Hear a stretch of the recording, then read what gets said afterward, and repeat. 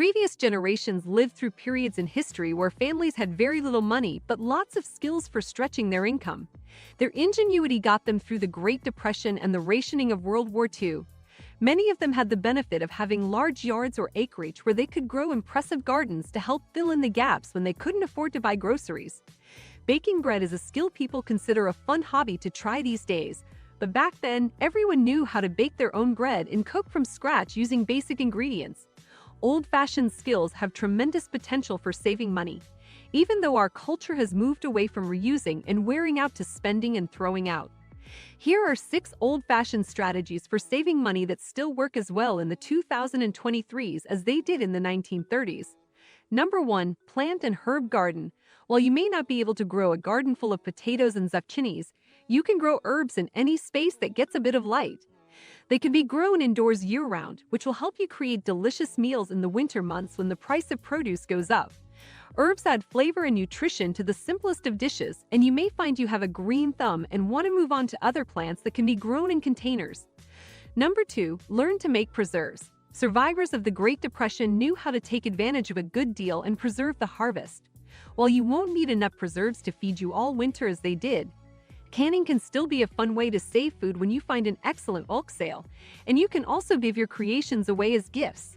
Canning supplies don't take up much cupboard space, and free information is abundant online about making anything you can imagine and sealing the cans safely. Jams, sauces, and pickled vegetables are all relatively easy for the canning beginner. Learning to preserve food this way makes it possible to take advantage of gifts from people who have excess produce, from their gardens or end-of-season discounts at pick-your-own farms. Canned foods can be kept in any spare space, even the bottom shelf in your linen closet or the space under your bed, so they can be stored even when you're short on kitchen cupboard space.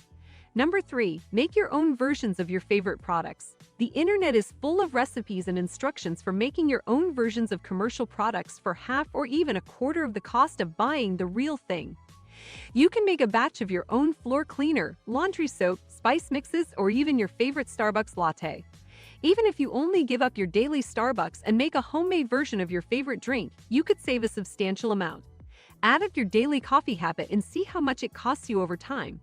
$20 per week at Starbucks adds up to over $1,000 by the end of the year. That $5 latte doesn't seem so great now, does it? Number 4. Learn to sew.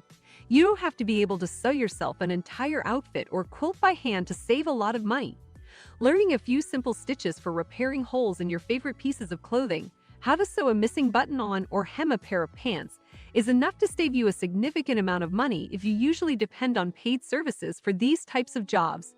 If you want to get a little more advanced, you can learn to take in a pair of pants or a skirt or change the neckline on a dress to suit you better. Thrift stores frequently sell clothes that need a small repair for even lower prices than their regular stock, so you can take advantage of rock-bottom prices and take home things other people pass over. Instructions for all of these are available for free online, and hand sewing supplies are very affordable.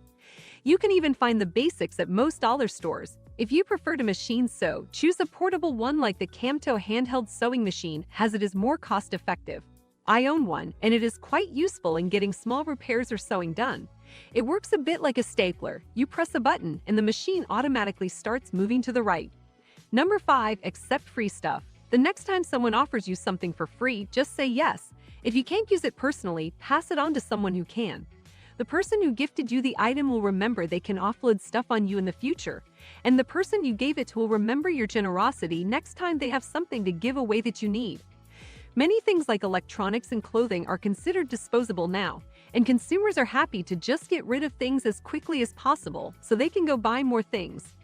This is advantageous for people who like getting something for free. Number 6. Learn to do repairs yourself. Some household tasks should be left to the professionals, for instance, anything to do with electricity. Other repairs can be completed by just about anyone with access to YouTube and a little bit of patience. For example, a typical repair job for plumbers is replacing the P-traps under kitchen sinks. If you own a condominium or your landlord expects you to pay for your own repairs in your rental, it can cost up to $300 to have this done by a plumber or $20 for the part and about 5 minutes of work to fix it yourself. Whenever you encounter a problem in your home, take a few minutes to research it online. It may be something you can do yourself, and you can potentially save yourself hundreds of dollars each time. You don't have to have a sprawling homestead and a barn full of dairy cows to take advantage of old-fashioned methods for saving money. These strategies work just as well today as they did during the dirty 30s and will help you get through lean times or free up money to pad a savings account. Regardless of your financial situation, it always feels good to save money and become a bit more self-sufficient. Thank you for watching this video on 6 old-fashioned ways to save money. We hope that you found it informative and useful. Remember that old-fashioned doesn't mean outdated and that many of these practices can be adapted and applied in today's world.